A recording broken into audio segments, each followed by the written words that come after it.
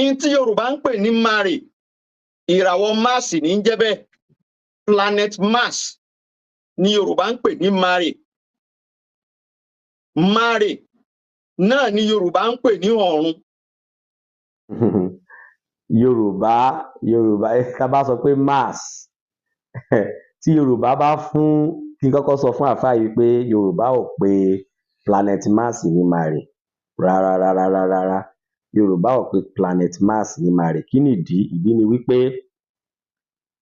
tí Yorùbá bá pe Planet Mars ní Mare, kí ni Yorùbá ń pe Jupiter?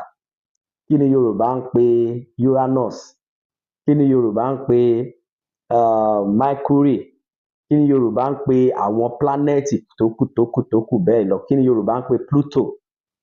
So àfáà yìí ẹ kàn fi ọ̀rọ̀ ẹ fi wí ọ̀rọ̀ ni, ẹ kàn fi ta